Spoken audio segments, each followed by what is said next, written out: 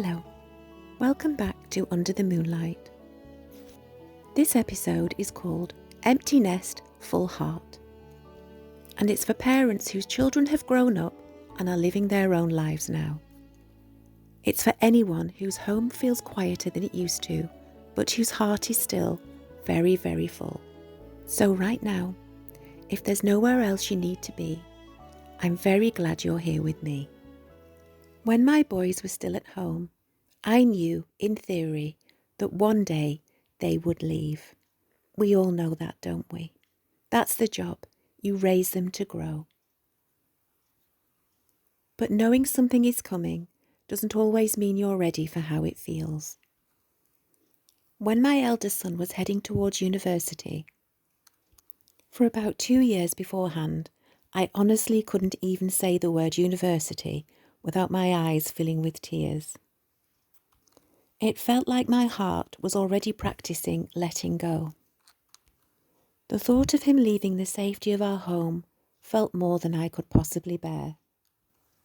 And then he went. And what surprised me was this. He had the best time. He absolutely thrived. He was happy, confident, and living his best life. We visited him and we adjusted, and we found a new rhythm together. And slowly, without me really noticing, that became our new normal. And something I really want to say here is that new normals take time. They don't arrive fully formed. You grow into them. And now he lives in the Cayman Islands, which really is the other side of the world. And I might see him once a year, or sometimes even less. And of course, I wish he lived closer. That feeling doesn't disappear, but we're incredibly lucky too. We FaceTime when we can, and we message each other, and we send funny little memes and everyday thoughts, and we stay connected in the small ways.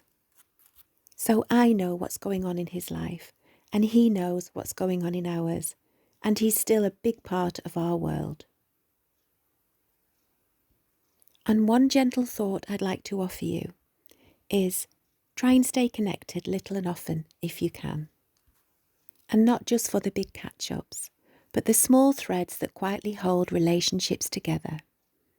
Photos, voice notes, and silly messages. All these things matter more than we realise. And when my younger son first moved away, he was only really just an hour up the road, but I found that incredibly difficult too. And when he took his dog with him, Toby, who you may recognise from the Oscar stories, that honestly broke my heart a little. I felt as though I had no one left to care for.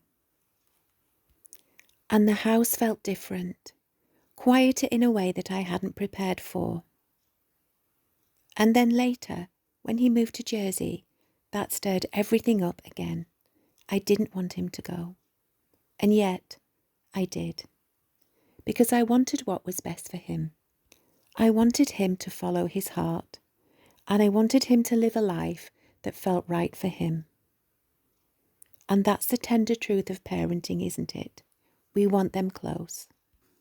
But we want them to be happy more than that.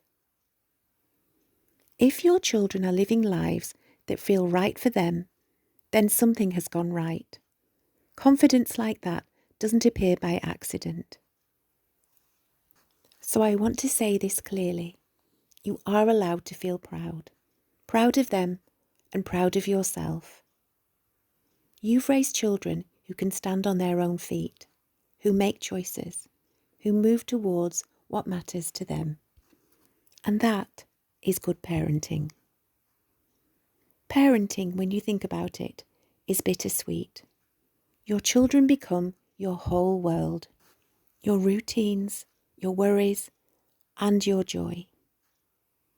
So when life changes and they grow up and move into their own worlds, of course it shifts something within you too. But that doesn't mean you've lost your place. It just means that your role has changed.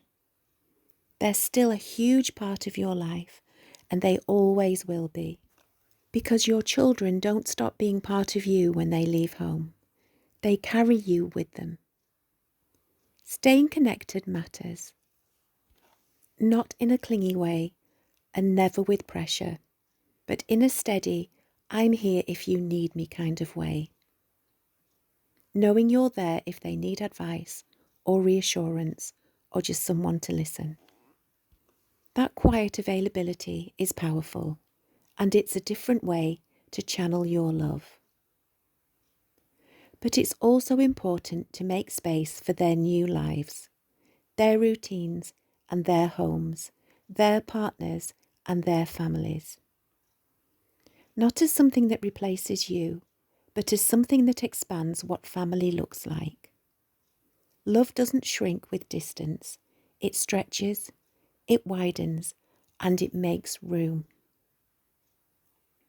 And now I have a little grandson who lives away too, and the time I get to spend with him feels incredibly precious to me. Distance has a way of sharpening joy. The moments we get together become golden.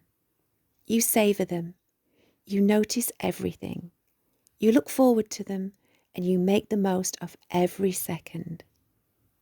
And so, when the visits are over, or when the house feels quieter, it can really help to gently refill your days with things that are just yours, not in a big way, just small acts of care. Perhaps a walk you enjoy, or a hobby that you set aside. Spend some time with your friends, or just something that brings a little light back into your week. You're not replacing your children. You're simply making space for yourself again. So when your heart feels very full all at once, just know this. You are exactly where you're meant to be. Loving children who are living their own lives, cheering them on, holding them in your thoughts, carrying them with you wherever you go. An empty nest doesn't mean love has gone anywhere. It means it's grown beyond the walls of your home. And if today has been one of those days where that feels tender, be gentle with yourself. You've done something very right. You're not alone in this, and you never have been. Thank you for being here. Take care of you, and I'll see you again soon under the moonlight.